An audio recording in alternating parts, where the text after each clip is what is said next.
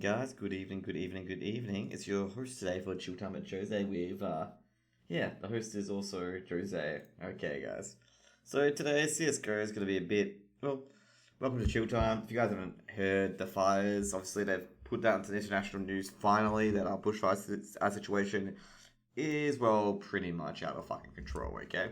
Let's just be fucking blunt at this point, okay? Like, the bushfire in New South Wales, don't worry, I'm nowhere near it, guys, just in case you're wondering. I'm in WA, Western Australia. Our summer has been completely different compared to the eastern states, like completely and utterly different. There's no fires here. It actually rained today, actually went down to like 20 degrees today, which is like surprising for fucking WA. Usually it's the other way around. Usually WA has the 40-degree temperatures, and the eastern states have the cool like 20s to 30s.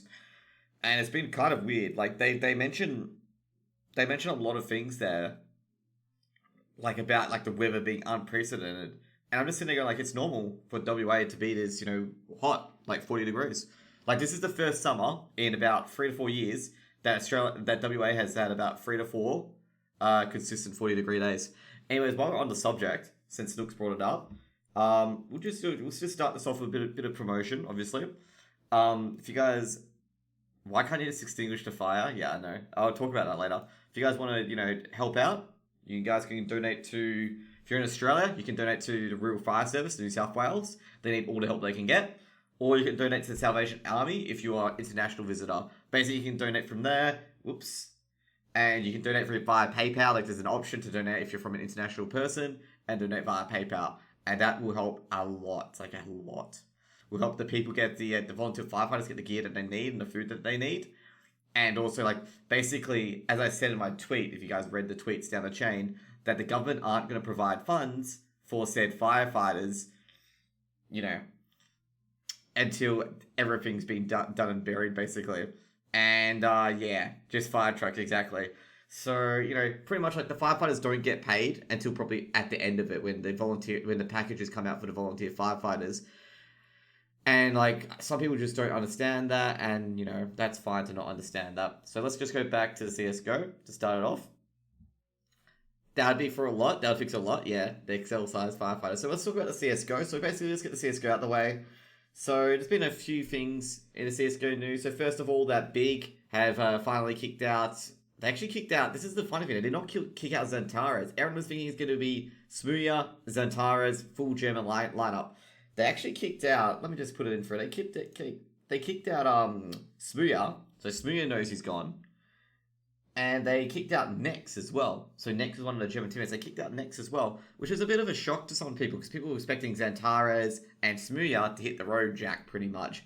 But yeah, so basically what else has happened as well is that Toby's become the new coach and Godby's become the head of CSGO in Big. So that's a big movement. I'm not going to get ha-ha'd in the YouTube comments for that, but okay, I just thought I'd put out that joke. Okay, so if you guys don't know who Big are, Big's an EU team that's in ESL Pro League, and I believe the Sprout Boys just transferred over there to have a full German lineup, and also to make sure they have ESL Pro League going into the next season, which I'm kind of weirded out why Sprout would, why the players would do that, unless Big offered more money, and that's what I think happened, is that Big offered more money. But the thing is that Sprout could have gone into the ESL Pro League. The ESL Pro League for EU is actually quite easy to get in with the relegation.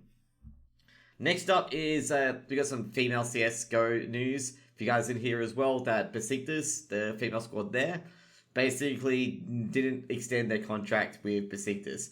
If you guys haven't heard of the drama before, Besiktas didn't pay their female players, okay? They didn't pay their female CSGO team. So this is not fucking surprising that they fucking left, okay? This is getting really annoying with esports, is when fucking orgs don't pay their fucking teams, okay?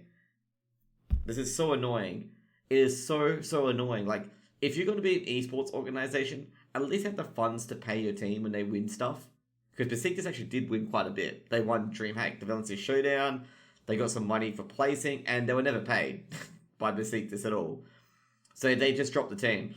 Also, as well, they did have one player leave because they were like pissed off that they weren't getting paid. And they've been replaced by Mimichella, or Mimichella, okay, Mimi. We'll call it Mimi for sure, okay? They've replaced her from, basically Mimi comes from the Copenhagen Flames.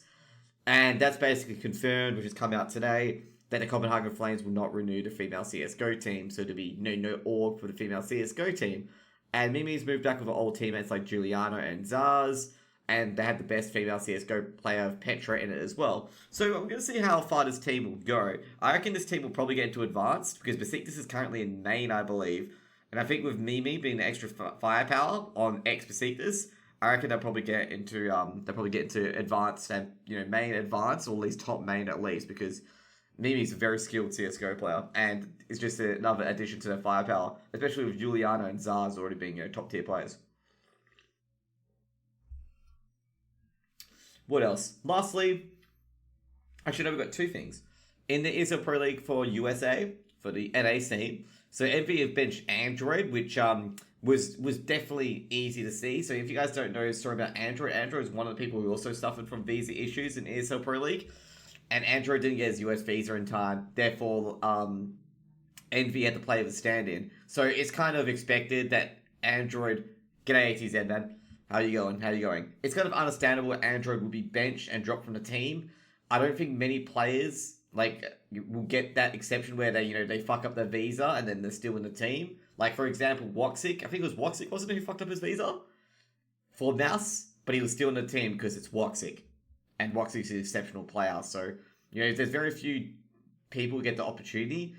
And Android wasn't one of them. Android getting benched at, I think it was Complexity, was pretty much, as I said before, I think I said, at the time, I said it, was kind of uncalled for, given that Android was arguably the best player at Complexity. And he got benched compared to some other players in Complexity that were playing absolute shite, which were eventually benched and sent off on their merry way. The next one is Vanity was being released from E United. So the IGL of E United have been released. So that happened today. So Vanity's also looking for a new team, and E United's looking for a new IGL. But given that E United do already have, I think they do. I think they're under DAPS, I believe. Do they have DAPS? No, they don't have DAPS. So who's IGL, I wonder. But but Vanity left E United. He was benched, I believe, so it didn't really matter. Any tournaments coming up soon? Not really. There's the Katowice qualifiers on the 8th. I know that much. The Katowice qualifiers for EU, the open qualifiers. I won't be able to cast that because that's ESL Pro League only, ESL casters. If I can get onto Mitch about it, I'll just ask him what does it take to cast ESL Pro League for EU, which I should DM him today about. Which I'll just do that right now. I should do that now, actually. I'll do that later, actually. I'm doing this, so I shouldn't do that. But also MDL starts on the 13th as well.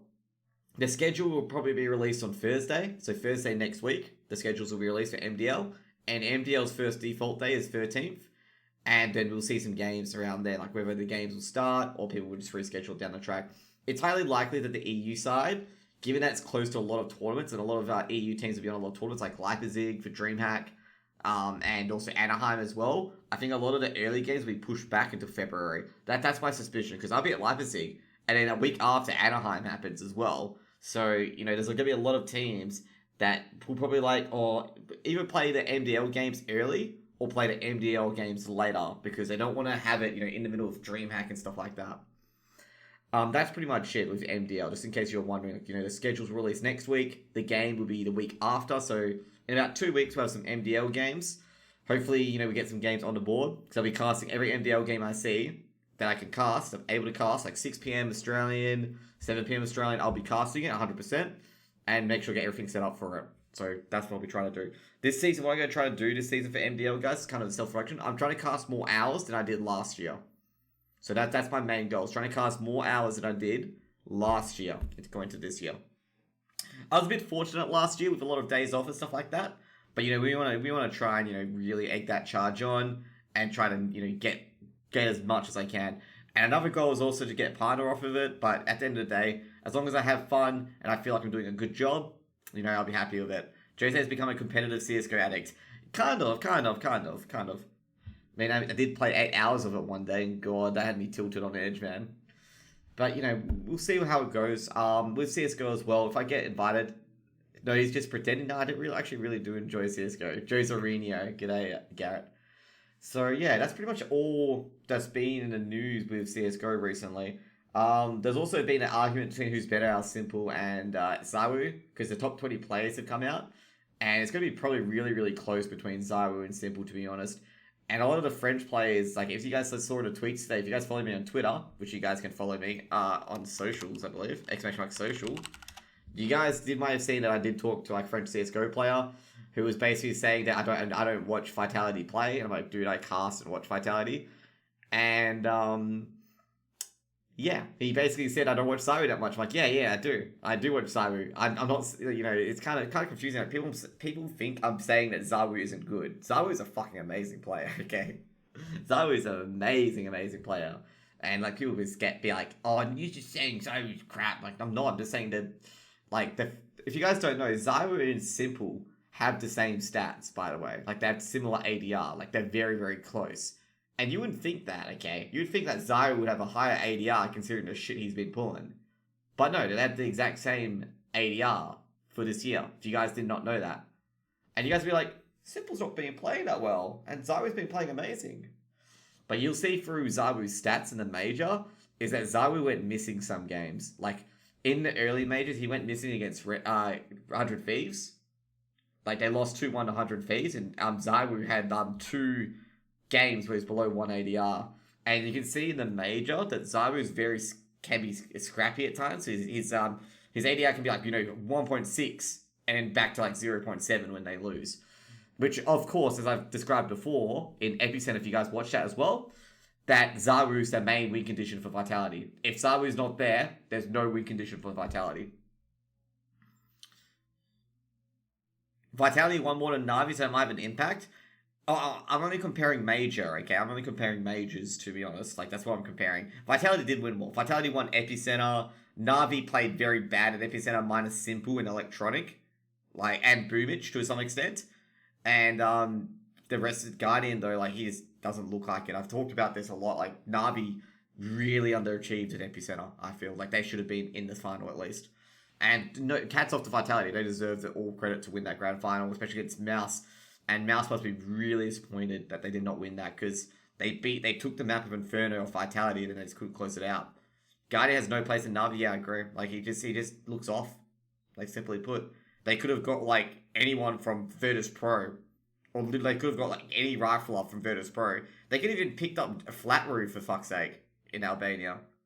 Flatroo from Albania. If you don't know Flatroo, Juan Flatroo, he's one of the up-and-coming riflers from Albania, and he's really, really good. He's got a great Albanian fan base, and yeah, they're an exceptional team. Like, he's an exceptional player, and it really sucks though that he won't be playing in MDO anymore.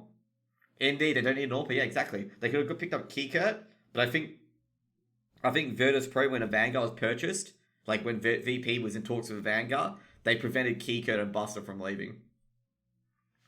Because if let's just say, let's talk about Navi for a second. Let's say if Navi picked up Keycurt or Buster, that would have been really, really good. Keycurt or Buster from Virtus Pro. Like, that would have been really, really good. They could have even picked up a rifle like Flit, Almeza, or anyone like that from Forzair as well. Like, they had a lot of options. They could have even picked up Mer from Spirit. Like, there's a lot of Russian riflers that they could have picked up that are exceptional. Like, Russians don't have, like, the Russian scene, they have enough talent. As Garrett said in chat, CS has enough talent for Guardian to go. Like, they can get any rifler. Like, I've already named 5 fucking riflers that they could have gone after. And it would have been, A-OK, basically. Like, I reckon it would be Buster, because Buster's very good at entry fragging, and Navi's T-sides are absolutely god-awful. Like, seriously, like, Navi's T-sides are god-awful compared to the CT sides. And having a very good entry fragger like Buster, will ironically bust open sites, okay? Like, Buster would probably be the best choice, and it'll be Mer afterwards as well. Like, Mer would be the second best choice, because, yeah, exactly. Any Forza and Spirit player will do the thing, and Virtus Pro player as well. Like, they've got Forza, Spirit, Virtus Pro. Forza wouldn't give up any of their players. If you don't know, Garrett, Virtus Pro tried to purchase Forza's squad, and Forza said no. So, I doubt they could have got that. So, like, Forza told Virtus Pro to get fucked, and they purchased a Vanguard instead. And, like, this is the thing, like, Navi have so many players to pick up from. Maybe it could have been a buyout issue as well. It could be a buyout issue, like, they couldn't buy out anyone, but it's just strange that they picked up Guardian. Even Extreme Eat is promising players. Yeah, I'll probably say Guardian might be a better rifle than some of those players as well. But we'll see, we'll see. Anyways, guys, that's going to be pretty much for CSGO. We'll probably look at when the MDL gets started to get the schedule out and then analyze the schedule and, see where the big games are going to be when the MDL schedule comes out for both the AU, the EU, and NA regions. Also, we should have a bigger picture of the ESL Pro League relegation battle as well. None of those details, as I said last time, none of those details have been announced yet. And, I'm just getting a bit concerned that they haven't been announced yet. Because, if you guys don't know, the ESL NA, I think there's only 4 teams. Or no, it's only 3 teams. 3 teams that, are not dead in the ESL NA relegation. That means you're going to have to bring up teams from advanced to fill up MDL because those teams go to ESL Pro League. Also in EU, there's basically now 3 dead teams with Sprout and Arky losing additional players as well, leaving Spirit and Hafu with the only teams with any players in it, which is quite humorous because Optic and Windigo are both dead. So and also that means they need another team to go up into the ESL Pro League since there's 3 spots to get promoted into ESL Pro League in EU. So it's gonna be interesting who they're gonna put up. I reckon they'll put up Aristocracy or Sprouts. But Sprout's going to really get some players quickly. Because that's what I think they might be waiting for, is Sprout to get a few players. Because they know Aristocracy doesn't have anything backing them anymore. And they're called Arky. And they probably drop down to MDL. That's what I suspect as well. Because there's a lot of players leaving Arky at the moment. But we'll see what occurs there. I haven't had any news from ESL or anyone like that. No one's had any news on what's going to happen in that scenario. It's the strangest scenario I've ever seen, where both the NA and EU scene in the ESL Pro League relegation battles, where there's actually dead teams there, which I'm surprised about. This will probably not happen again in quite a while, in my opinion, especially with NA having that issue of complexity. With complexity, can't enter the NA relegation because they have too many EU players. You won't see this situation ever again, I reckon, where both Pro League relegations have dead teams in it. This is just a one-off event, and nothing should really play into it, I suppose so. And that's, if you guys are watching a CSGO, thank you guys for watching CSGO. Please watch, like, and subscribe to my channel at YouTube. So you guys are watching on YouTube, subscribe there. If you guys watch me on Twitch and Twitter, my Twitch and Twitter are going to be below, so you can see that. You can watch me live potentially on Fridays at 7 p.m. AWST. See you guys later.